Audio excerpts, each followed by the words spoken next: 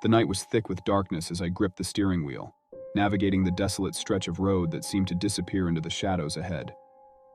The only source of light was the feeble glow of my headlights, flickering occasionally, as if they were struggling to pierce through the black curtain surrounding me. I had always been uneasy about driving at night, but this time it was different. I was on my way to a remote cabin nestled deep in the woods, a weekend getaway to escape the stress of city life. The GPS had guided me through an unfamiliar route, promising a shortcut that would save me a good hour. As I drove further into the heart of the night, the road became narrower and more treacherous.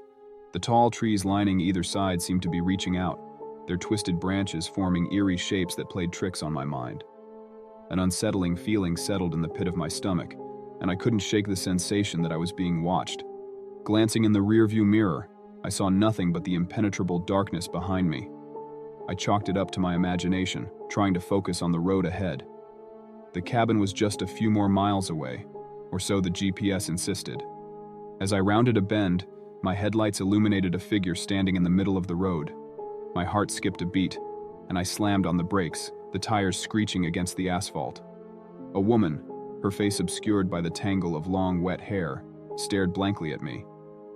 I felt a shiver run down my spine as I hesitated, unsure whether to approach or reverse.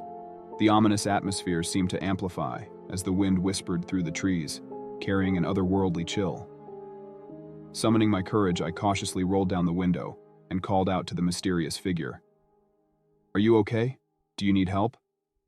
The only response was the haunting silence of the night. The woman continued to stand motionless, her eyes fixated on mine. I couldn't discern any emotion in her expression. It was as if she were a specter, a manifestation of the darkness itself. Unease settled over me like a heavy fog, but my concern for a potential stranded traveler urged me to step out of the car. The moment my foot touched the cold ground, the wind intensified, carrying with it a whisper that seemed to echo in the surrounding woods. The voice was indistinct, like distant cries lost in the howling wind. I hesitated, a sense of foreboding tightening its grip on my chest. Against my better judgment, I approached the woman. As I drew closer, I noticed her tattered, mud-soaked clothes clinging to her frail form. Her hands were outstretched, reaching for something unseen. The oppressive air seemed to thicken, and my breath caught in my throat. My instinct screamed at me to turn back, but morbid curiosity kept me moving forward.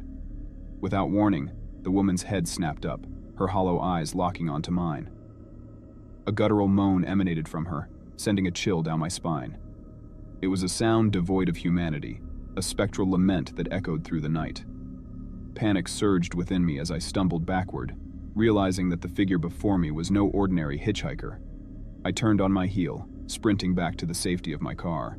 As I fumbled with the keys, the wind carried the chilling whispers closer, and I caught fragments of words that seemed to reverberate through the darkness. Leave. Go back. Danger. The urgency in those ghostly admonitions fueled my terror. The engine roared to life, and I peeled away from the spectral encounter, leaving the haunting figure behind. But the road ahead seemed to stretch into an infinite abyss, the trees leaning menacingly over the path. The whispers persisted, merging into an unsettling chorus that echoed inside my head. Dread settled in as I realized I was trapped in a nightmarish loop, the same stretch of road endlessly repeating. Each bend felt like déjà vu, the same ominous landscape closing in around me. Panic set in, and I slammed my palms against the steering wheel, desperately searching for an escape from this never-ending nightmare. The whispers escalated into anguished cries, the voices of the forsaken souls trapped in this spectral realm. Shadows danced at the edge of my peripheral vision, their ethereal forms flickering like phantoms. I gripped the wheel tighter, my knuckles turning white as the boundary between reality and the supernatural blurred. Time lost its meaning as the nightmarish drive persisted. My surroundings became a disorienting maze of twisted trees and winding roads, an inescapable labyrinth of despair.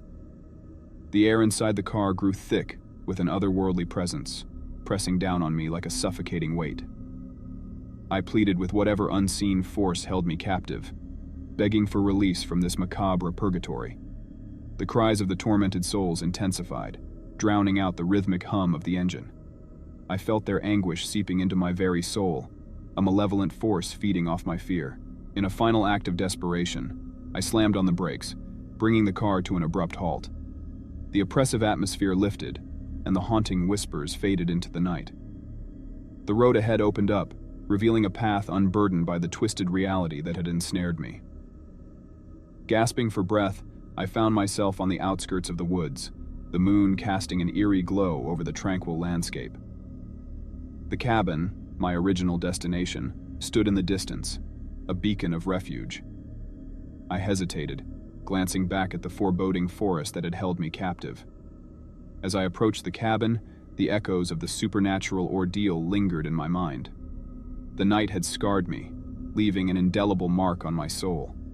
The line between the living and the dead had blurred, and the memory of that night would forever haunt my every waking moment, a chilling reminder of the darkness that lurked beyond the safety of the daylight hours.